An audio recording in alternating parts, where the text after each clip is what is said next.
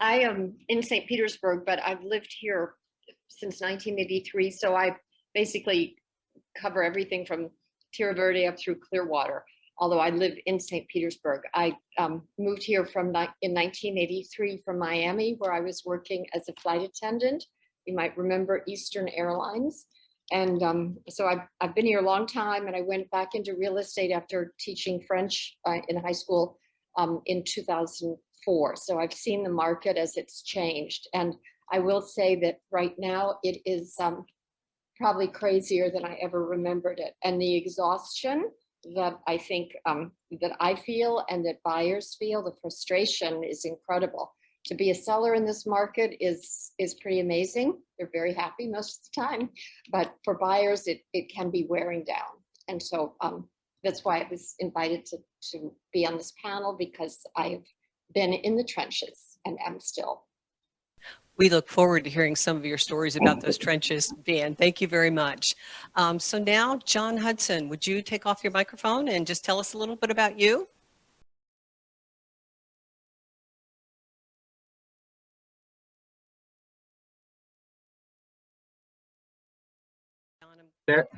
There we go. Sorry about that. Thank you, Diana. I'm John Hudson, originally from Arkansas, and I moved down here in 2002, got into the mortgage business in 2003, and then got my realtor's license in 2004. And I would say, similar to Jan, the entire COVID situation has been pretty much the craziest thing that I can ever remember happening on whether it was in the financial, lending or on the real estate side. So yeah, it's definitely something that keeps you up at night, and it's a 7-day-a-week job. Definitely hit that nail on the head there. It's a little overwhelming. So thank you, John, for also agreeing to be one of our participants today. And then the last panelist I wanted to introduce you to is Ben Kokenauer. Ben deals in a totally different marketplace, and he's going to tell us a little bit about himself and how he got into the business. Thank you so much, Diana. Can you guys hear me okay? Awesome. All right. Good morning, guys. I'm Ben Kokenauer with Mangrove Bay Realty. I joke with people all the time. I've been a top 2% realtor for the last 3 years in a row, top 50% investor. But I'll give you one guess which side of the business I make a little bit more money on, and that's in the investment side. I'm a true Florida native, born in Palm Beach, ended up over here in Tampa Bay in 2012 and started my team here.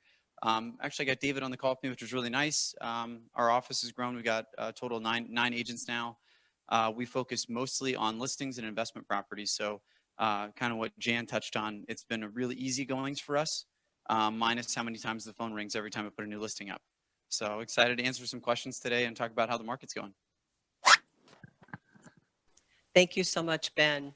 So the participating Zoom people, please be sure you sign in with your name and phone number in the chat. We want to be able to get back to you, because I'm sure you'll also be participating in some of the questions that are going on here today. And I want to start by talking a little bit more about the market and how you guys are coping. I know I mentioned to a couple of you anyway that I heard recently that one lady just told me that her biggest challenge in coping was to figure out how to deal with the overwhelming number of phone calls with a property that was only going to be available during a certain time frame. That her answer to that was that she scheduled it to go live the day before she knew she could do those showings, and then also put in the listing remarks the time. That way she was in a little bit more control of her time when that happened. So Jan, I want to start with you. Tell us some of the strategies you're using to maintain your sanity with all of this for you and your sellers. Well, I think that if I'm speaking of sellers, not buyers right now, for sellers, I think the most important thing is to let them know that it is going to be a very fast process, especially if the property is priced correctly. And so I get it. One thing that I absolutely insist on beforehand is obviously to have professional photos taken, and if possible to have the listing staged, or at least have a stager come in and give advice to the seller, because that makes all the difference in many cases. but also to let them know that that they are going to have to be prepared at all times for the showings. And so with giving them that kind of knowledge that for example, often I'll have them sign a waiver so that it won't go into the MLS until it's absolutely ready to be shown, and with the pictures taken and so forth. And no matter what anybody says, I refuse to let them have anybody come to see it before it's absolutely ready to go in. Especially even realtors can be dissuaded if they see something that is not picture perfect. But once it is, the sellers will accept the fact that this is the way it's going to be, and they're very pleased most of the time, because prices are going way above list price, even though it's properly priced. But then you have the fact that it has to appraise, so sometimes there do have to be adjustments made at that point. Very good tips. Very, very good tips, Jan. Thank you so much. John, do you have anything that you would like to add to that for the seller side, the listing side? I would say that the timing of when you go live is critical in a couple of ways. One is that, you know, you want to limit the time frame for people to come in and see it, and kind of, you know, put it down to preferably when you're going to do an open house. So let's say you're thinking of what day to go live. And I completely agree with Jan that you always stage your photos, everything. You want all of that completely ready. You want your brochures there. You want to be totally buttoned up in this market, so that not only are you doing a great job, but you're pushing the number up. I think all the marketing collateral and the photos give the buyers a lot of confidence, but you need to probably launch towards the end of the week if you can, and then do an open house on Saturday or Sunday. And that's when you try to, you know, stage the majority of the showings, if you can do it like that. And I think when people see others back to back going in, that impacts the outcome of the offers. Excellent tips there as well. Ben, what do you have to share with that? So I will second and third what they said 100%. I was averaging 3 days on market before the pandemic, and now the pandemic's here. It's a fight to keep listings on market for 3 days. We're averaging over 20 offers per listing. So I think they hit the nail on the head on that. I'm going to circle back more to the investment side. It's one of the bigger questions I get from a lot of my clients, repeat clients, especially investors, is when is the market going to change? Is the market going to crash? What are the key dates to look for? And the two big key dates that I keep reiterating to people is June 30th or July 1st will be the end of the CDC eviction and foreclosure moratorium. Those will both expire concurrently now. It was extended from April. So when that happens, we're expecting to see an increase in supply, both from rentals that will come up either to return to the rental market once the eviction's completed, or a lot of landlords, especially out-of-state landlords that haven't been collecting rent for the last 13 months, are going to get burned out and look to put those homes on the market. Having said that, so I've got a big caveat on that. Do I think the market's going to crash, or I'm going to see a drop in prices here in Pinellas County where we're built out 99%? No, I do not. Right now, for single-family homes, we've got about 21 days of inventory. For the market as a whole, including condos, mobile homes, 55 plus, we've got 23 whole days of inventory. I'm going to shout this out to the Zoom group. Who knows what a healthy real estate market has for inventory? I'm looking at the comments on the screen on the side. Anybody got it? We should be looking for 90 to 180 days of inventory for a healthy real estate market. That's considered a neutral market. So being sub 30 days is insane. So even if foreclosures could happen instantaneously, which they don't, we all know that, and evictions, you know, half the landlords decide to sell, I'm still not going to get inventory above 90 days within the next 12 months. So will it get easier to buy a home after July? I do think it will. Is it going to get way easier? No. Is our prices going to drop down? Probably not either. But if you've got a buyer in limbo that's getting really frustrated and burned out, sometimes having that date on the calendar will at least give them some comfort to say, hey, there's a light at the end of the tunnel. Excellent comments, definitely. One thing I want to point out too, there was some conversation.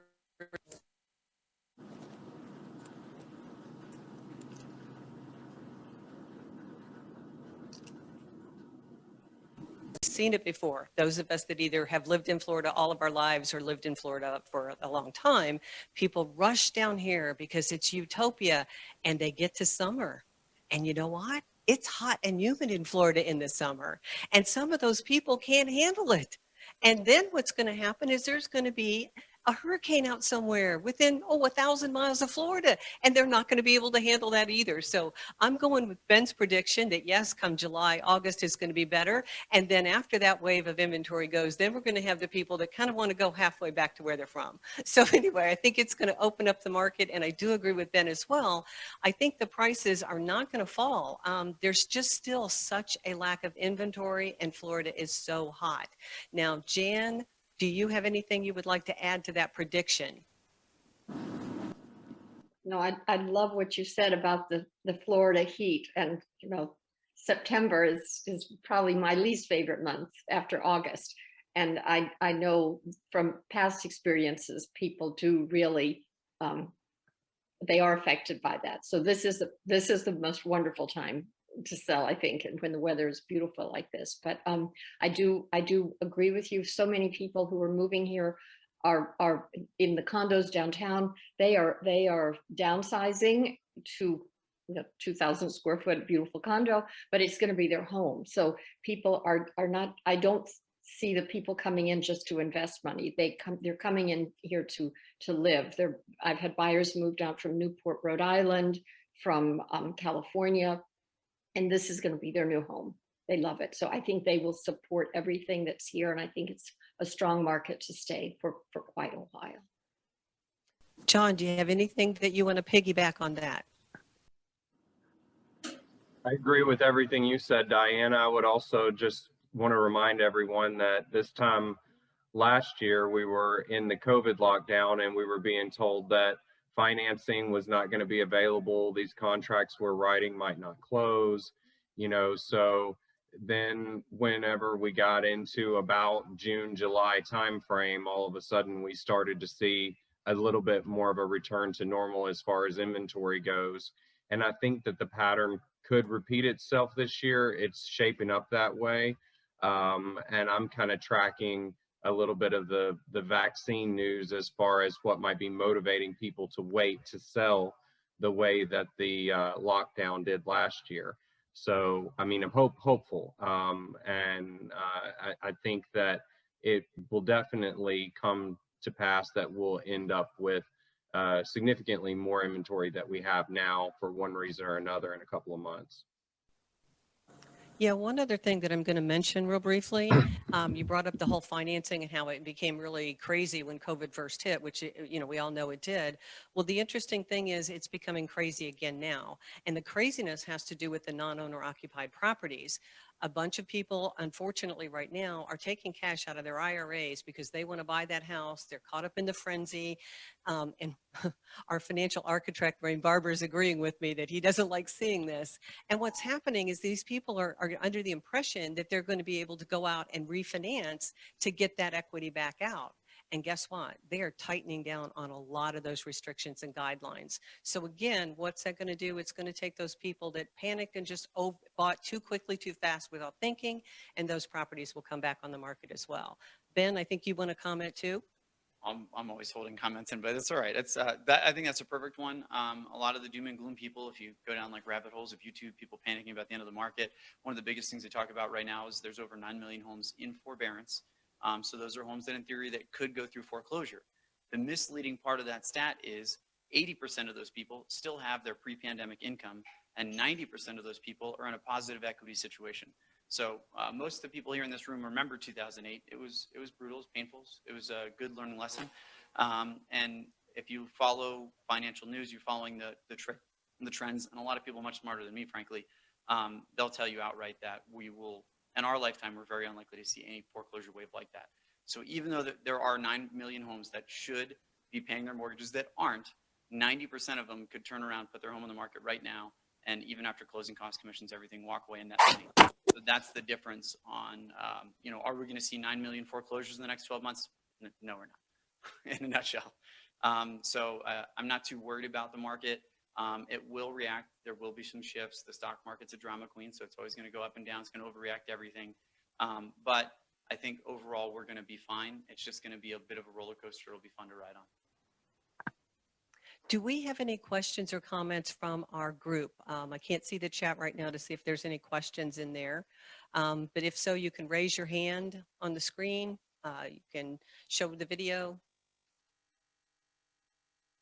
Okay, I'm not really seeing anything. So let's talk about how you are advising your buyers and how you're looking at that perspective. Jan, do you want to start the conversation?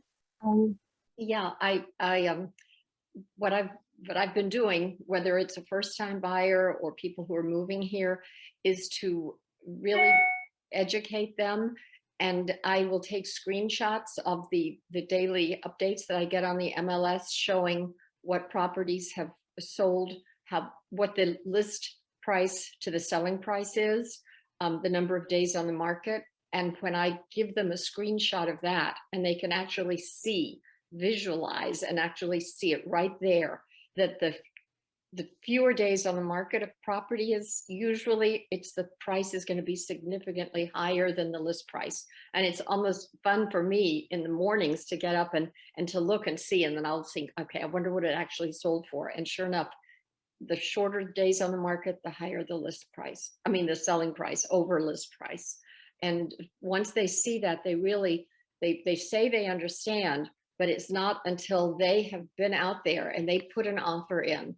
And I often will encourage them to use an escalation clause, an escalation, or the escalation addendum. It might have been that we would go $500 over whatever price comes in, and now 5,000, 10,000 over.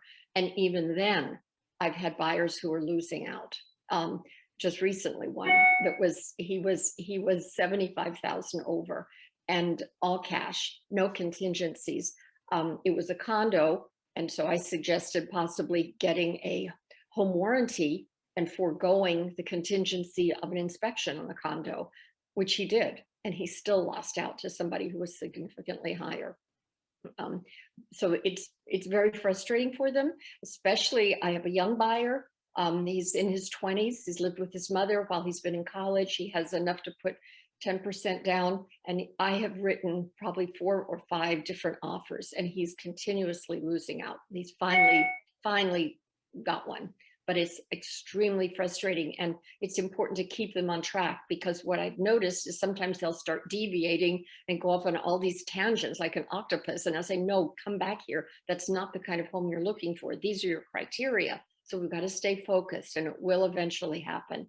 But you have to I found that I've had to get my ego completely out of the way, because the buyers can make me go crazy, and I have to just listen to them and reiterate what they're saying, be a psychologist with them, mainly listen and keep them on track.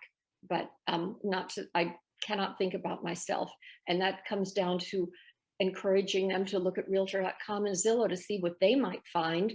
And then during the day, check to see if any new listings have come up, to be the first one in there to get them. It's very, very frustrating for them and for us as realtors, but we just have to keep their best interest at heart all the time, and basically put up the rest of your life until they find something. Very good advice, Jan. That's excellent, excellent advice. I think when I was talking to you the other day, I was telling you that I feel that 90% of our job nowadays has become just to keep people calm. Yes, that is so important. And I think the main thing is just to really focus on them, and never, I told you so, or you see what I mean, didn't you get it the first time?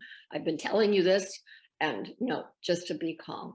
Say, we'll start again. We'll try again. Don't worry. I'm here for you. That's my job. Great advice, Jan. Okay. John, what can you add to that? I think that communication and being in constant contact with the listing agent when you're representing the buyer is very important. And what I'm seeing is that cash buyers have actually less leverage right now than they previously had. The new trend is called, waiving the appraisal. And that is always been an option for the buyer. In the event that the appraisal doesn't come in, they don't have to renegotiate with the seller, and there's nothing in the contract, that says that would have to happen. But when you if you have a buyer and they're going conventional, which I think is probably the best move if they have an option. I mean, I just see that writing in the contract that, you know, the buyer's waiving the right to, you know, to renegotiate based on appraisal, or waives the contingency of satisfactory appraisal. And I'm seeing that more and more, that the sellers are picking the finance buyers, even though they might have similar cash offers. And I just think that it's an interesting turnaround from where we were, you know, 6-8 months ago. And I just think that's the buzz that's on everybody's lips if you're representing buyers, is, you know, including that in the offer. And it you know, seems to work. More good tips. Okay. Ben, what can you add to that? I'm on usually the other side of this transaction, so I apologize a little bit. So usually it's me that's getting 22 offers in the first day, and we're usually going 40 to 50 over list on most of the properties. When I do work with buyers, all of my buyers right now, unfortunately, are all 1031 exchange buyers, which means that those are those evil investors that are taking their money out of California and New York. They're doing a 1031 exchange to save themselves capital gains tax, and they're competing against your buyers with strong cash offers. And you're exactly right. They're waiving appraisal contingencies. They're waiving inspection contingencies. I've seen all different protections waived, and it's something that, I'll be honest, I'm a little bit cautious about. As an agent, you know, my clients are lifetime clients. You know, my goal is to pick up a client one time and then sell them 7 pieces of property over the next 20 years. So if I put them in a bad situation where they've waived the contingency for an inspection or an appraisal, or sometimes even the HOA has been some issues, and I'm sure John's got some stories as a lender. As an agent, you just got to be careful what position you put your clients in, and make sure they're educated when they're making that decision. So if they're doing a 3.5% down and they're waiving their appraisal contingency, they don't have a lot of cushion if that appraisal comes in low. On the flip side, if they're a 20% down, you know, buyer, or it's a second home and they're doing a 20 or 25% down second home mortgage, and the appraisal comes in $5,000 or $10,000 low, we could probably make that work, and they're going to be okay. But just as an agent, always make sure you're protecting your clients. It's very frustrating to lose out on 5 or 7 or 10 offers. I got one of my buyer's agents that went through 10 offers, all over list price, 0 accepted, and you get real tempted to really, really push it. And you just got to find that balance with your clients where you're still protecting their interests along the way. Funny you should mention that. I want to share real briefly my story yesterday with my buyer who's had 12 offers. And so we had to have that heart to heart, because I believe the beginning part of it, Jan, she was exactly where you were talking about. She just was not educated on what it was going to take to really buy something.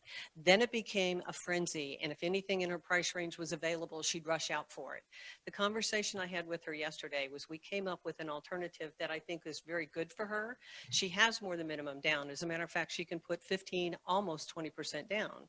So what I told her, as a first-time homebuyer, she actually qualifies for some low mortgage insurance rates. So I said, we're going to go with minimum down. You're going to offer list price, but on the recommendation of a realtor, she's actually offering to pay part of the seller's closing costs. So the benefit for her is that, of course, you know, they already know that she's planning on that appraisal. She's still got 10% down. If the appraisal comes in low, she can still buy. She can go all the way to 3% down. So we've got the appraisal aspect dealt with from that perspective. Then from the sales price perspective, it's a benefit to her, because offering the list price instead of going over the list price, now the properties, when it's retaxed, it will be taxed based on that sales price instead of the inflated sales price. So for my buyer, it became a really good conversation, but the real crux of the conversation was, do you love this property enough to want to do that? And that's what we were finding the real issue was. So wait till you're ready. When you find the right property, then put out this kind of an offer. So any other questions, comments? That's just really out of the box. I'm very impressed. So I've been working with Diana for years, and she's always come up with solutions, but that's a perfect example of a solution. This is the first time I've heard that story. I like it. Well, I've got another buyer who has to go FHA, and he's actually paying quite a bit over list price. We do not have to worry about appraisal, and that's what I told him. He's already putting 15% down. Everyone knows on an FHA, that's not the minimum, 3.5% is. So we are not at all concerned as far as that goes. So there's a lot of ways to think out of the box with the financing. And John, I'm so happy to hear that you are saying from other people that that is, that the buyers or the sellers are looking more openly, because the other part of the conversation has to do with what is the highest and best offer. And I'm finding sometimes agents are now starting to look a little bit more into what those offers really say. And I think that's really, really key. Okay, I wanted to just reach out to you guys too to see if you have any other strategies that you are using right now to, whether it's to keep your momentum going or whether it is just to keep your sanity. Jan, let's start with you. Hey, go with the sanity. Oh, well, I go to bed earlier than I used to, and I wake up early because I know I have to check and see what's come up overnight for sale.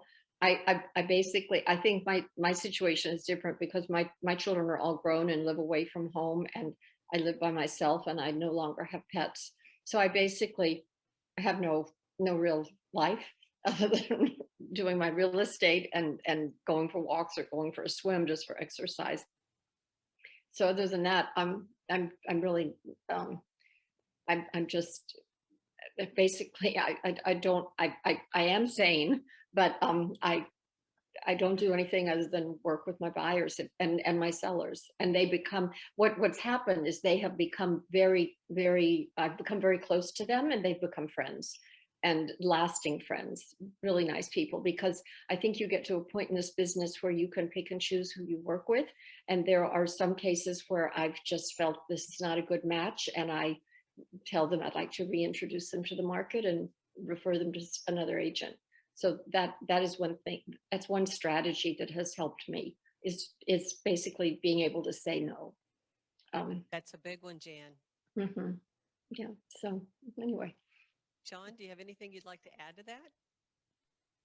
No, I think all great points. I would just, tend to agree that, it is a closer relationship now than what it was, 5, 6 years ago.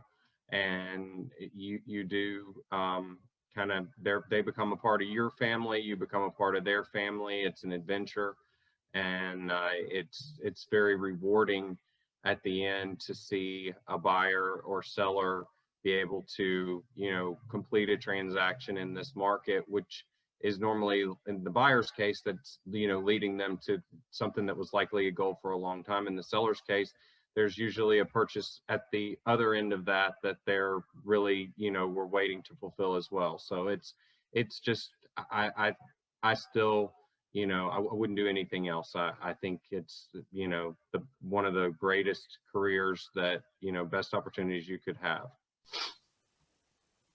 Excellent, excellent. Ben, your people are so much different. They're investors. What about you? My people, I'm not going to stereotype my people, but numbers are more important. But I would just speak to the other agents in the room. You have got to find a work-life balance. I joke all the time, my phone is always on, and I've got clients that test that at 7 a.m. and 11 p.m. regularly. But you got to find another place to release. So I, like Jan mentioned, swimming.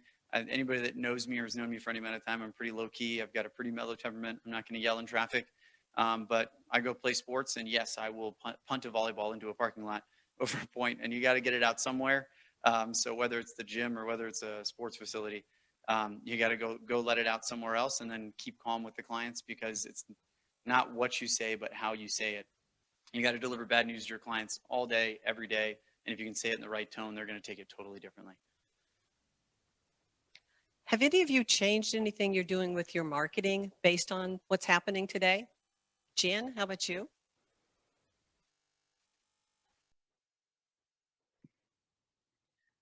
No, I'm doing the same thing. I send out the just listed postcards.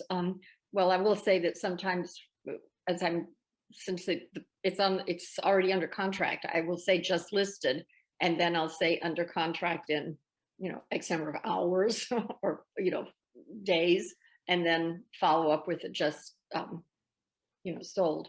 But other than that, everything is basically the same. I think people really like to receive things in the mail. I've stopped sending so many those big email pushes, because I get so much email in I just don't want it. I'd rather have the more personal touch. And I will say that the other thing that I have done is I have a lot of note cards, and I do buy a lot of stamps, and I write a lot of personal notes, just a little something here and there to people, even prospective people.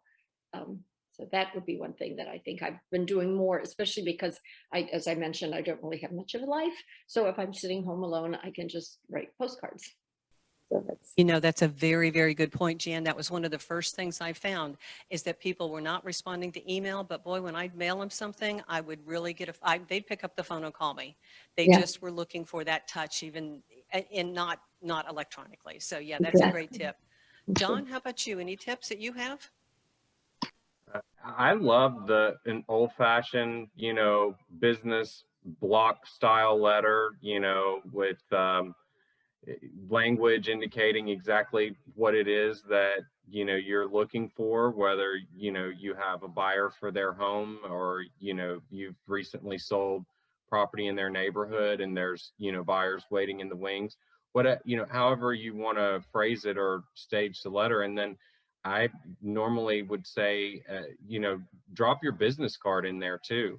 I find a lot of times that even letters that I might have sent 4 or 5 years ago, they may have thrown the letter away, but my card is still in their drawer. And when it comes time for them to sell, they're still giving me a call and giving me the opportunity to stop by and, and meet with them and get my opinion and give me an opportunity.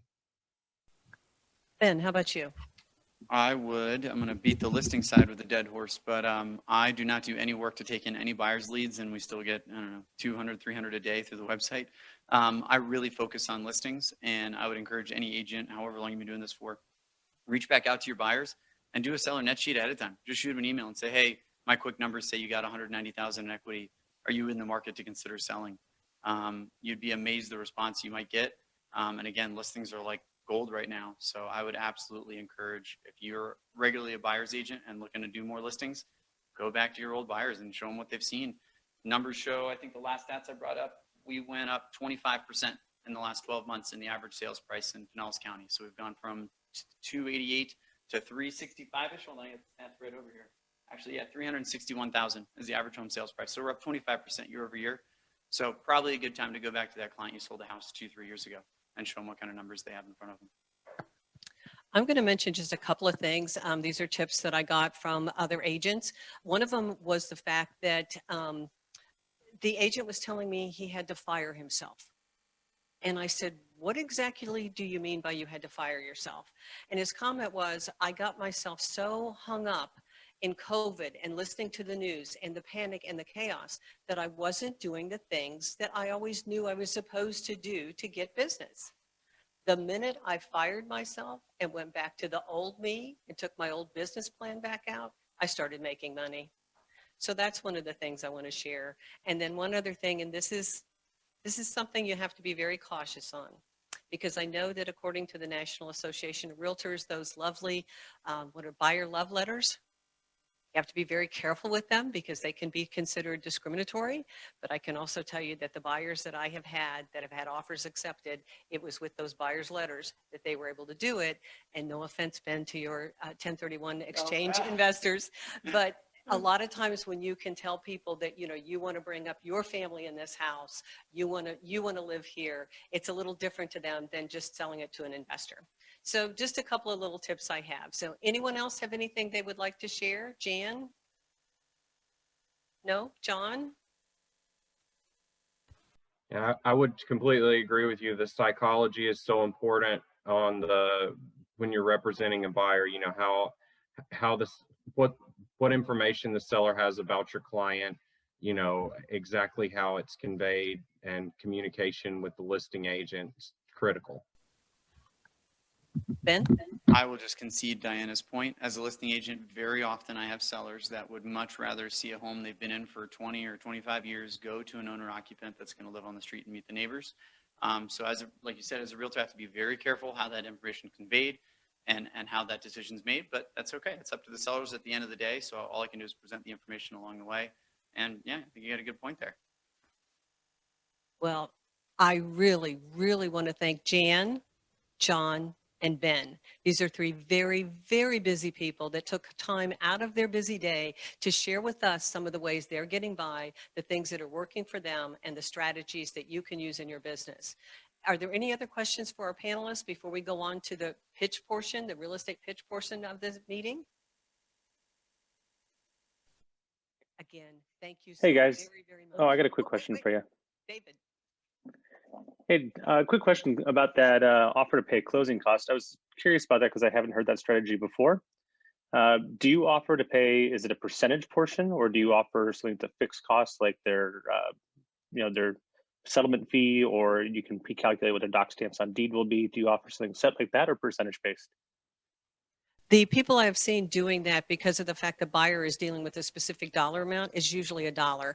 And the psychology behind that, and I'm just going to use a simplicity of, if they were doing 150, if it was listed at 154.9 and they offer to pay $5,100 of the seller's cost, then they're really offering $5,000 plus 100 over the list price. So that's kind of where their psychology is for the listing agent to, or the selling agent to present to the listing agent. You just got to make sure the seller's costs really come up to that amount. Any other questions?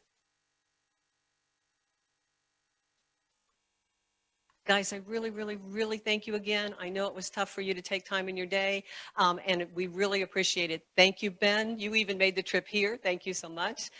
Jan and John, thank you as well. And do the three of you have any properties you want to pitch? Nope. Yeah, I was going to say the problem with pitching them is they don't stay on the market long enough. John?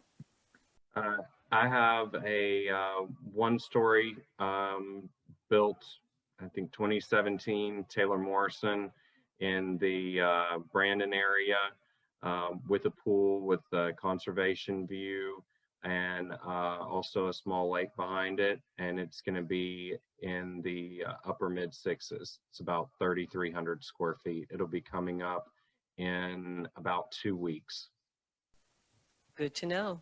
Ben's got his people already there. No. I got a bag of nothing right now. I got painters working at a couple of houses, but no listings right now.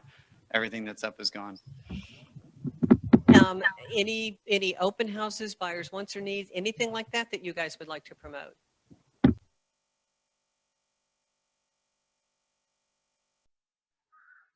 Hi, this is Martha Ann. Hi, Martha Ann. Okay, you can hear me. I have had trouble hearing you, and all my knobs and audio is where it's supposed to be, but at any rate, two things. One is I have a buyer's need, which is in Sankey, waterfront, 1,500 square feet, at least 2 bedrooms, 2 bath, preferably 3. That's a buyer's need.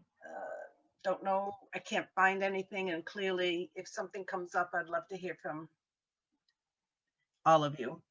The other situation is I have under contract a 2-2 on the beach, but because this is my big frustration, but because the appraisal came in low, although they were the highest offer, they now want to renegotiate at what the appraiser came in at.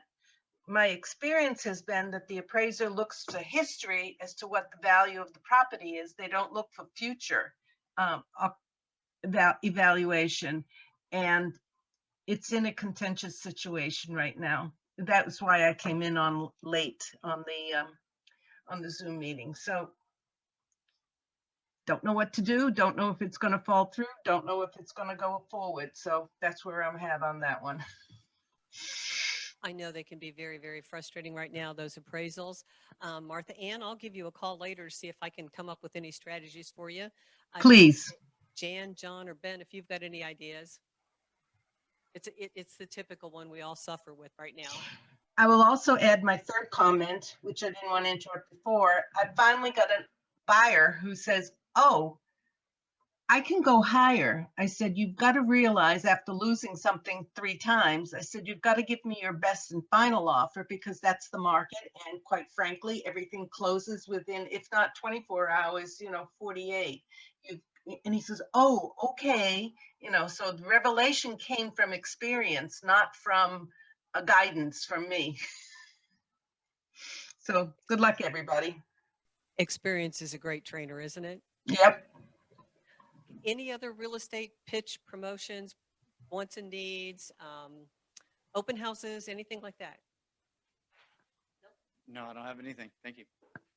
Okay, guys, I am going to turn the meeting back over to Jay, who's going to conclude the meeting and close us out. Thank you again so much to our panelists and to the people behind the scenes that joined us via Zoom, including our rest members and the attendees. So thank you so much. Jay, take it away.